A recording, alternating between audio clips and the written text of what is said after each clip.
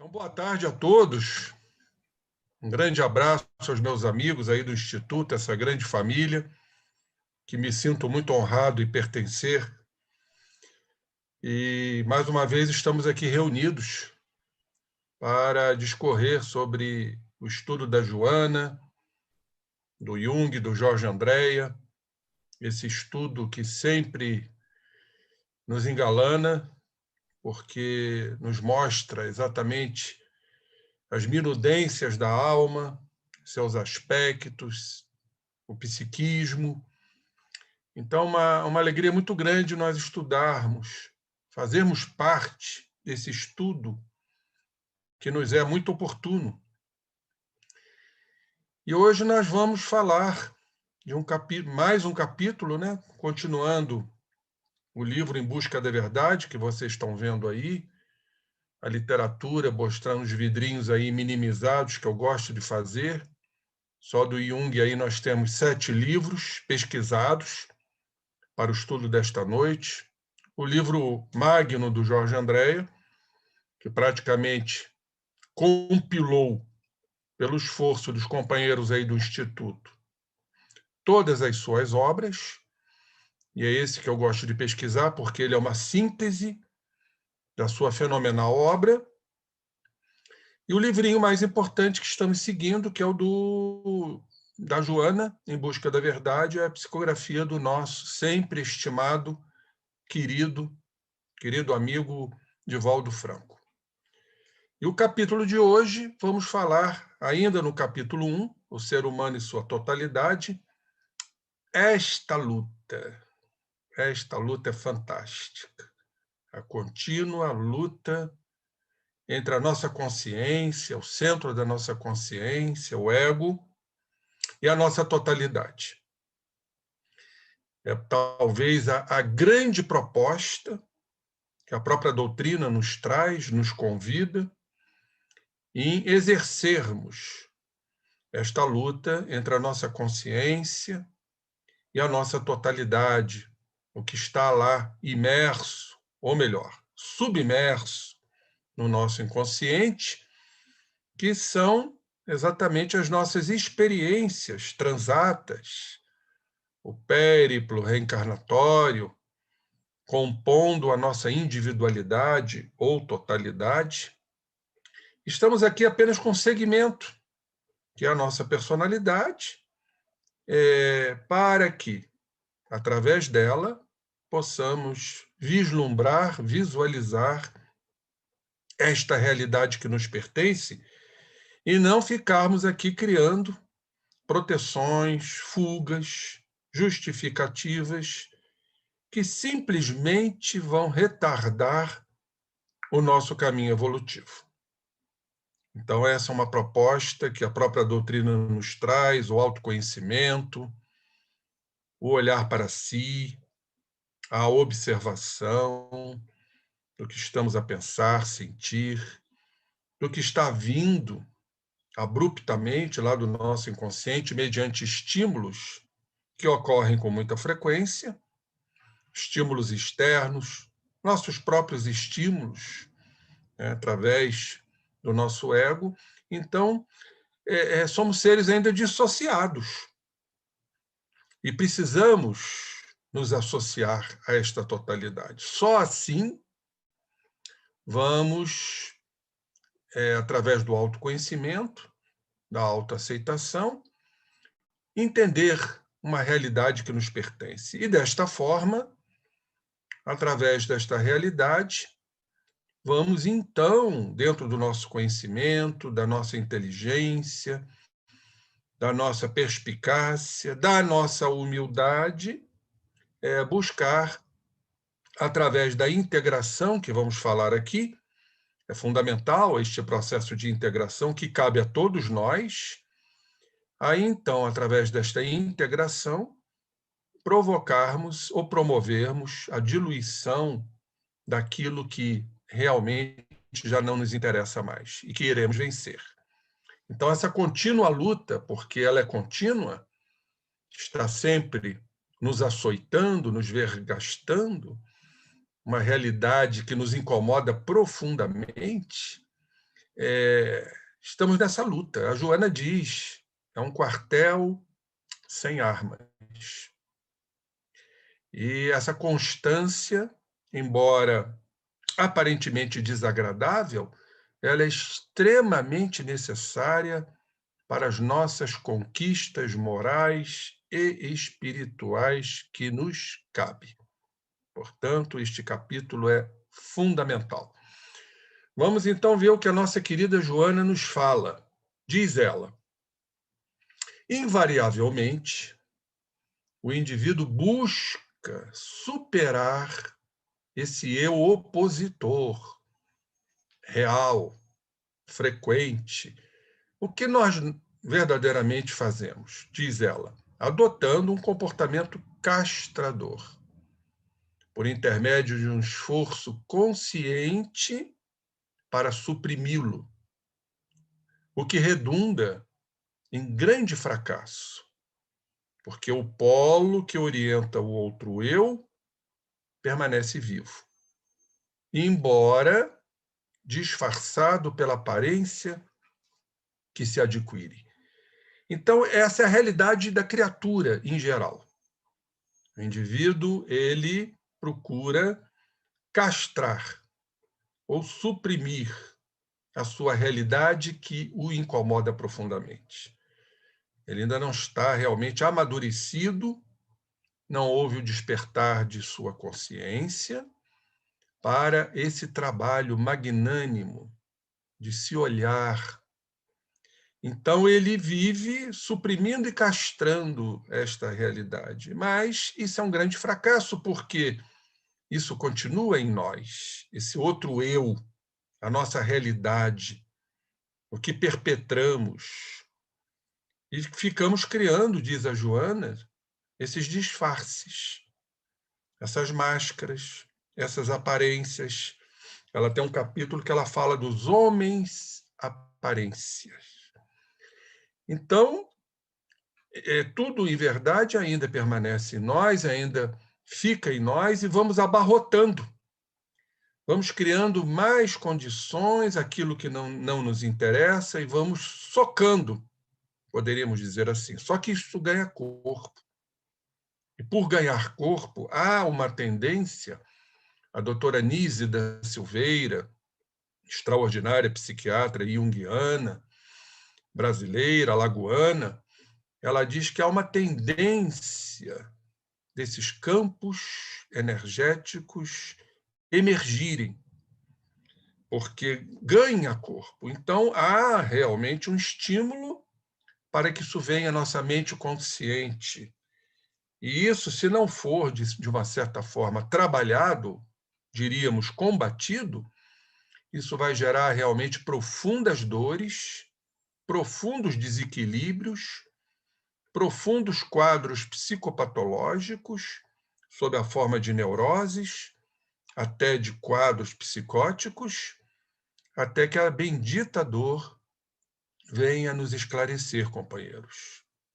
A magnânima dor, a necessidade da dor, muitas vezes com um transbordamento natural para o corpo físico, gerando doenças, gerando enfermidades, gerando quadros consumptivos. E o exemplo de um quadro consumptivo que vai nos consumindo é o câncer. Não há a menor dúvida. Hoje, dentro desta medicina mais espiritualizada, nós entendermos a separação da doença física e o quadro mental. Como diz o velho chavão, velho ditado que nós conhecemos muito bem dentro da doutrina espírita, não existe a doença, existe o doente.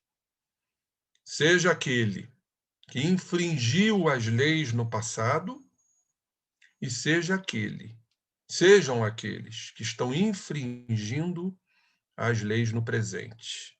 E mais as do passado, porque estamos vinculados ao passado. Então, isso é fundamental. O crescimento extraordinário da criatura tem que partir deste processo. Não tem como evitar isto. olhar-se, né? Através do que Santo Agostinho nos recomenda sempre, a retrospectiva diária, a observação cotidiana, diuturna, de estarmos nos olhando, nos observando, daquilo que está emergindo em nossas consciências, que devamos criar anteparos para isso. Então está aí o caminho, companheiros. Não há outro. E diz então a nossa querida irmã, não são poucos os indivíduos que se refugiam em ideais. Especialmente, diz ela, nas doutrinas religiosas, como evasão da realidade, adotando os chamados comportamentos nobres, no entanto, mascaradores dos seus conflitos que permanecem. Como, por exemplo, diz ela, quando na adoção de condutas violadoras das funções orgânicas, especialmente as genésicas, da área sexual, liberando, embora inconscientemente, a sexualidade aprisionada, violentada, nos chamados abraços e beijos fraternais. Então, a criatura despreparada entra nessas doutrinas religiosas, e aí, então, como evasão da realidade, das questões não resolvidas dentro de si, elas liberam, principalmente na área genésica, na área sexual, inconscientemente a sexualidade ainda não trabalhada, ainda não uniformizada, ou seja, através dos abraços e beijos fraternais. Quando não, e nós sabemos isso, os desregramentos que acontecem em muitos segmentos religiosos, né? Infelizmente, são criaturas ainda, como disse, despreparadas para estarem exercendo, né, esses trabalhos religiosos que eles abraçam. Continuando aqui, diz ela, a sombra existente no ser humano, e todos nós carregamos sombras, ela não deve ser combatida, senão, aí é o único caminho, diluída. Ela só se diluirá pela integração da sua realidade existencial. Esta é uma palavra, por isso eu destaquei, vocês estão vendo aqui, a integração. E a nossa mente consciente é que vai exatamente realizar isto. Ou seja, observação de uma nossa realidade, da nossa realidade, e a partir desta observação, que já reconhecemos, além de ser desagradável, ela foge aos princípios morais exarados pelo Cristo, às leis de Deus, e nós conhecemos muito bem isso, e aí então vamos promover um lado oposto, um lado de transformação. Vamos aqui dar um exemplo claro, né? A mágoa, por exemplo, que é algo extremamente comum entre nós. E sabemos o quão ela é devastadora. Devastadora para nós, na nossa organização física, lesionando as nossas células, e assim como essa mágoa poder, e normalmente assim acontece, se transformar numa vingança, seja ela qual for, em relação àquele companheiro que nos ofendeu. Então, o que é que precisamos fazer para diluí-la? A partir da integração, reconhecer a mágoa. E a mágoa não é difícil de ser reconhecida, né? É aquela angústia que dá, desagradável, aquele aperto no peito. Normalmente se somatiza esse sentimento em relação a um ofensor, a um adversário. O que então deveremos fazer? Sabendo que o oposto da mágoa é o perdão. E aí, então, vamos propor o perdão e sabemos os caminhos, nos colocando no lugar do outro, tentando ressignificar a atitude alheia. E aí, então, vamos unir, integrar a mágoa que ainda trazemos e que não será diluída num passe de mágica. Como disse o mestre querido e amado Jesus, perdoai 70 vezes 7 vezes. Isso é de uma importância capital. Perdoar 70 vezes 7 vezes significa, ele está a nos dizer, que a gente não vai conseguir perdoar de imediato. Não haverá nada mágico. Então, é sentir a mágoa e aí, então, mediante o reconhecimento da mágoa, nos propormos ao perdão. Vamos, então, unir a mágoa ao perdão. Isso nós chamamos, em psicologia, de integração.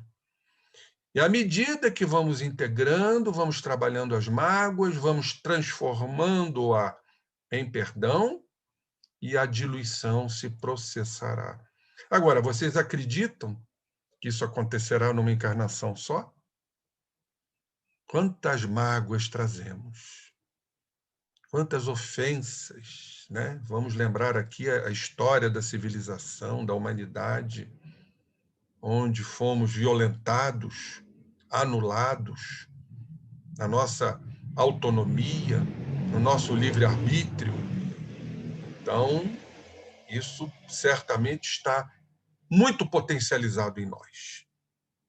Então, ela desempenha, diz a Joana, um papel fundamental. Vejam como ela coloca, e por isso eu destaquei aqui em verde, no equilíbrio entre o ego e o self. Não é a extirpação, a eliminação, é o equilíbrio.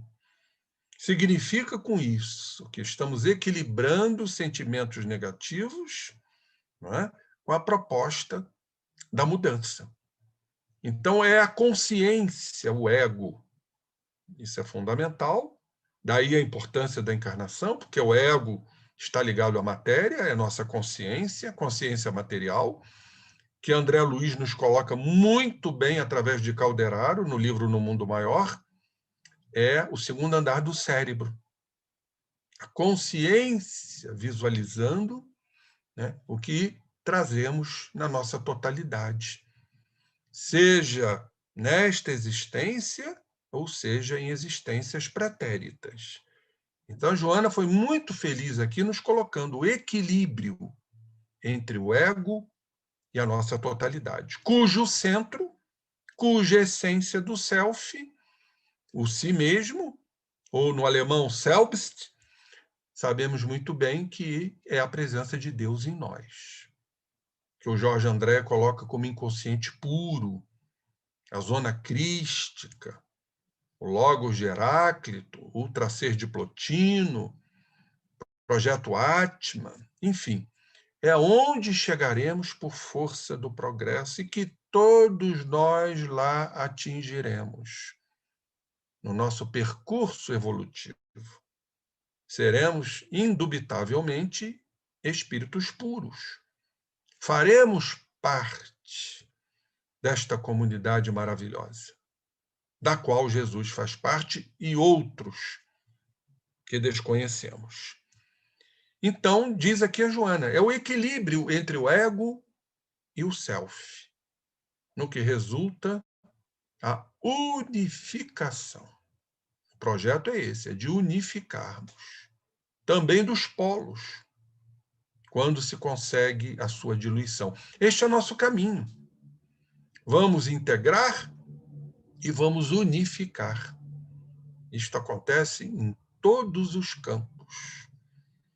Então, diz aqui a Joana, a cisão que ainda existente, nós somos criaturas que ainda estamos nas cisões, defluente, ou seja, decorrente da fragmentação psicológica, somos seres fragmentados, com os opostos, deve avançar todos nós para a integração, para a unidade. Diríamos que Jesus é o homem integral. É um título de um livro da Joana. que certamente vamos estudar mais à frente. Um livro maravilhoso. Jesus é um homem, é um espírito integrado, unificado, superconsciente, supersexual, porque ele vai exatamente, ele uniu, vai não, ele uniu, né, as suas experiências, tanto no campo da polaridade masculina como da polaridade feminina. Daí a reencarnação. Vejam que coisa maravilhosa que nos aguarda. A unificação, a integração. Seremos espíritos, né, com uma unidade. Isso é realmente alentador, por isso que eu digo que a doutrina ela nos alenta, nos enleva. Quando vamos reconhecer que lá atingiremos, pela força da razão, pela força do progresso, da evolução. E tudo dependerá do nosso livre-arbítrio, a grande concessão paterna. Escolhas que vamos fazer.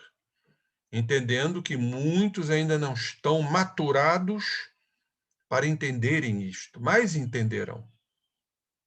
Entenderão através do desenvolvimento da inteligência, está lá na lei de progresso, e, posteriormente, a evolução moral, que cabe a todas as criaturas em processo evolutivo.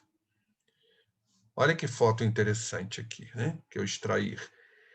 É de Jung. É uma filmagem curta, né? Só aquilo que somos realmente tem o poder de nos curar. Vejam que maravilha que Carl Gustav Jung nos coloca. Só o que somos. E temos que nos aceitar como esta criatura. E isso realmente tem o poder de nos curar. Porque se não entendermos o que somos, fica a pergunta: como vamos nos curar? Vamos passar pelas existências afora sem penetrar, sem mergulhar na nossa realidade, sem fazer essa luta entre a consciência e o inconsciente? Fica essa pergunta. Diz ele aqui também, ó, minha vida, vejam que depoimento de Jung. Acho isso extraordinário. A minha vida é a história de um inconsciente que se realizou. Eu tive a oportunidade, interrompendo aqui esse depoimento do Jung, de conhecer a casa dele, né? Eu estive lá e, não sei se vocês sabem, ele queria fazer uma torre para o mergulho no inconsciente, para fazer esse trabalho do autoconhecimento. Só que esta torre na casa dele foi idealizada por um engenheiro e pela sua esposa. E ele ficou extremamente insatisfeito com isto. Então ele arrumou um outro lugar onde eu não tive oportunidade de visitar, foi difícil achar esse lugar, aonde ele fez exatamente um ambiente propício, silencioso, de frente para o lago. E ali então ele fazia os seus mergulhos no inconsciente, fazendo esse trabalho que estamos aqui mostrando através da Joana. Então Jung diz: a minha vida é a história de um inconsciente que se realizou. Tudo que nele repousa, tudo que está lá, os nossos arquétipos, os nossos núcleos, as nossas experienciações, que em verdade formam o nosso lastro espiritual, tudo que nele repousa aspira a tornar-se acontecimento. E a personalidade, onde encontra-se o ego, por seu lado, quer evoluir. Como evoluir?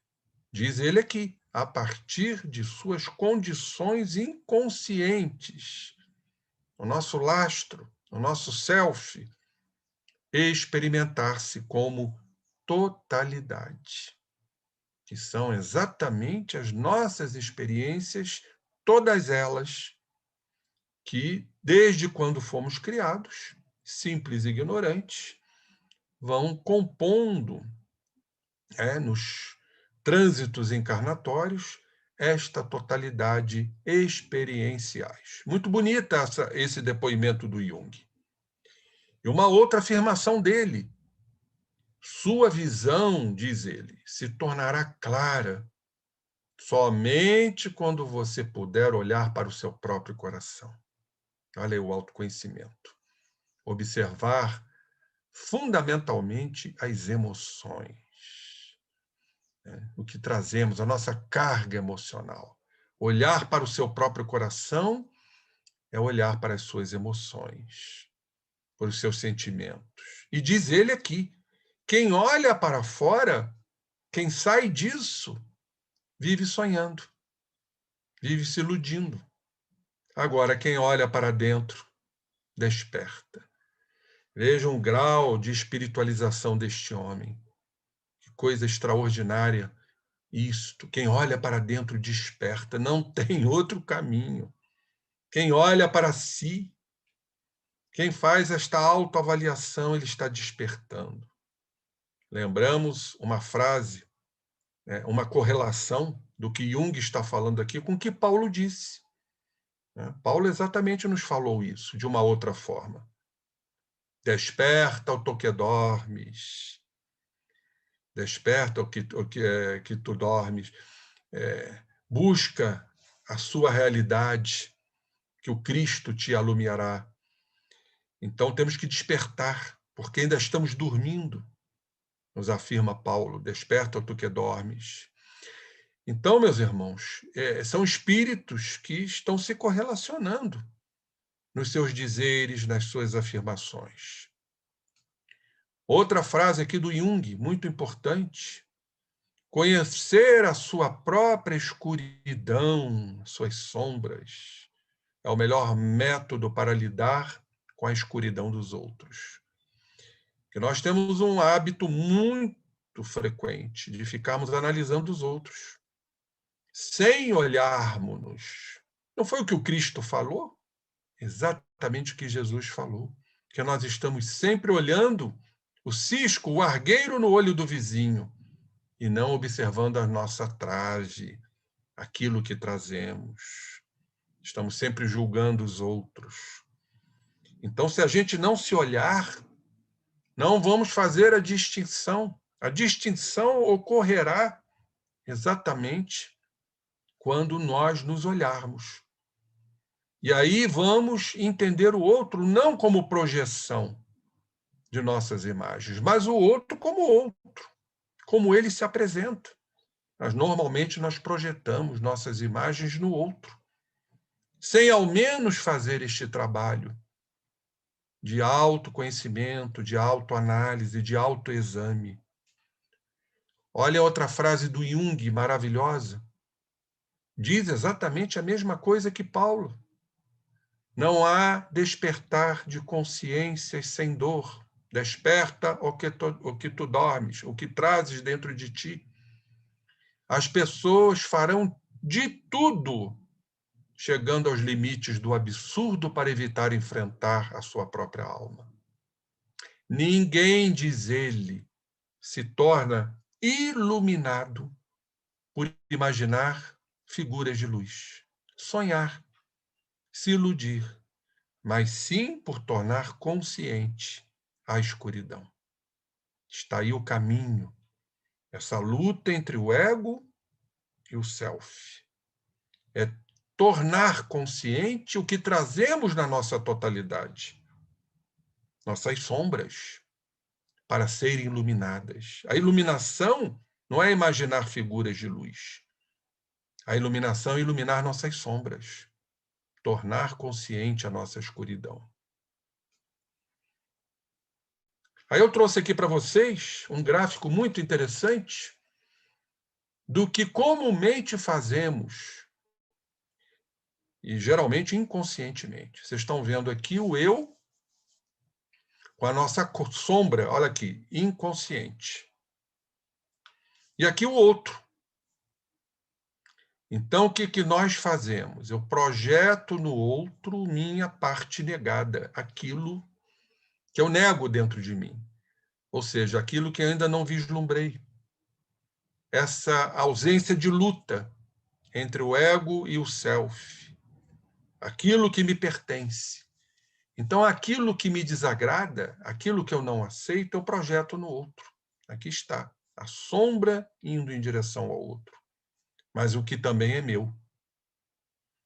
E diz aqui do lado esquerdo, vocês estão vendo, a sombra é composta basicamente por sentimentos,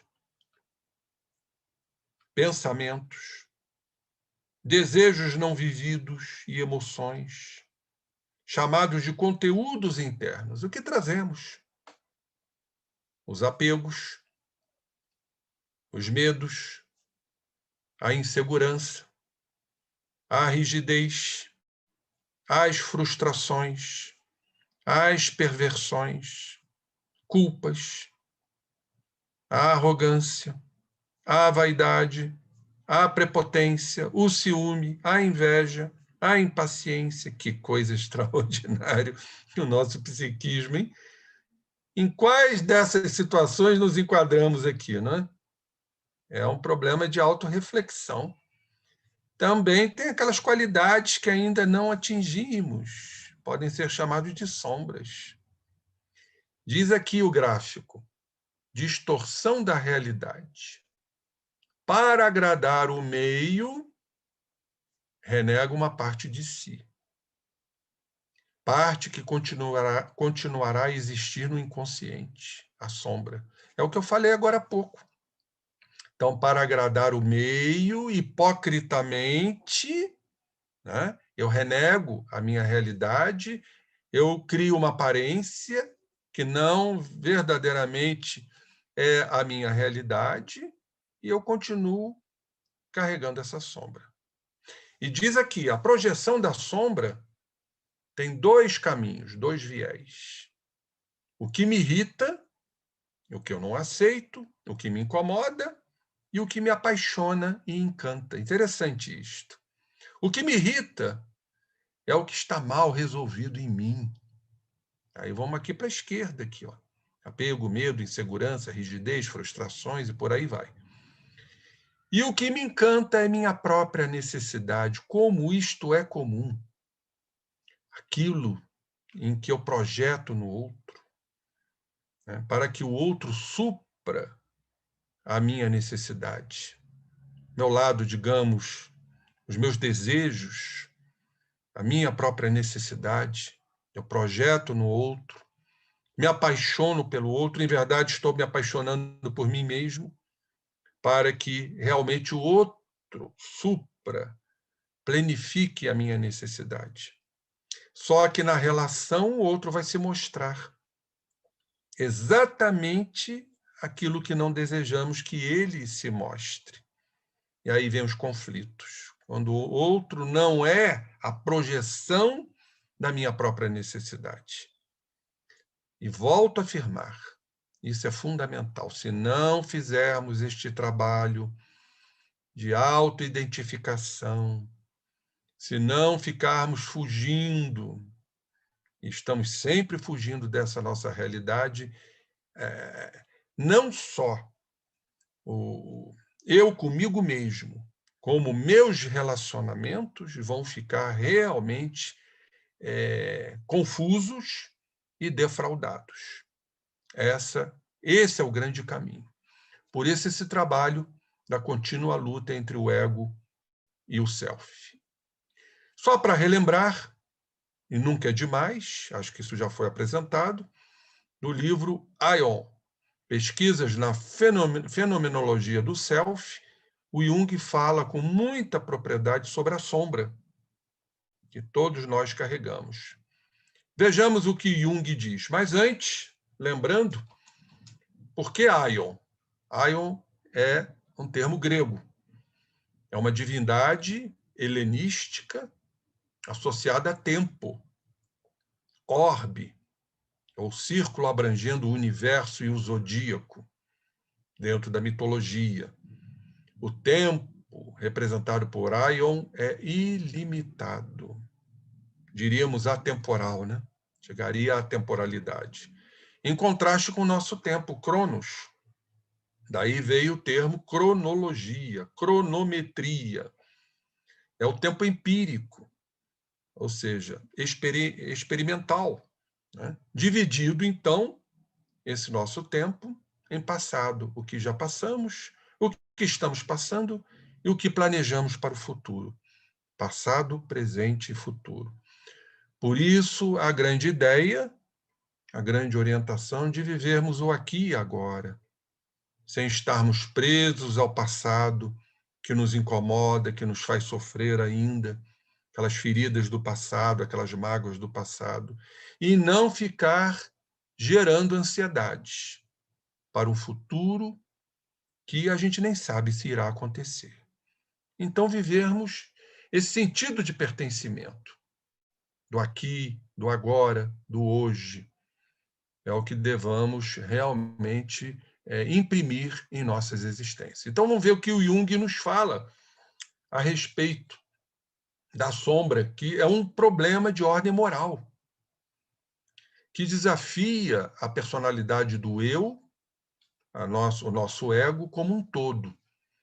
Pois, diz ele, ninguém é capaz de tomar consciência desta realidade sem despender energias morais. É um esforço, meus irmãos, é um dispêndio moral tomar consciência da sombra, tomar consciência daquelas particularidades que vimos agora há pouco, do que ainda carregamos mais ou menos, porque para vencermos aquilo tudo já seríamos espíritos de luz.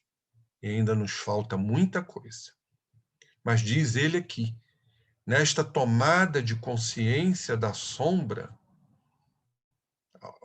o autoconhecimento, trata-se de reconhecer os aspectos obscuros da personalidade, tais como existem na realidade, que não podemos fugir. Diz ele, este ato é a base indispensável para qualquer tipo de autoconhecimento. Não tem como ser diferente. E por isso, diz ele, via de regra, ele se defronta com uma considerável resistência. Por que esta resistência? Porque ainda somos comandados, presididos pelos condicionamentos, meus irmãos. Somos seres ainda condicionados no erro. Somos seres condicionados nos delitos, nos equívocos. E isso ainda é extremamente poderoso em nós.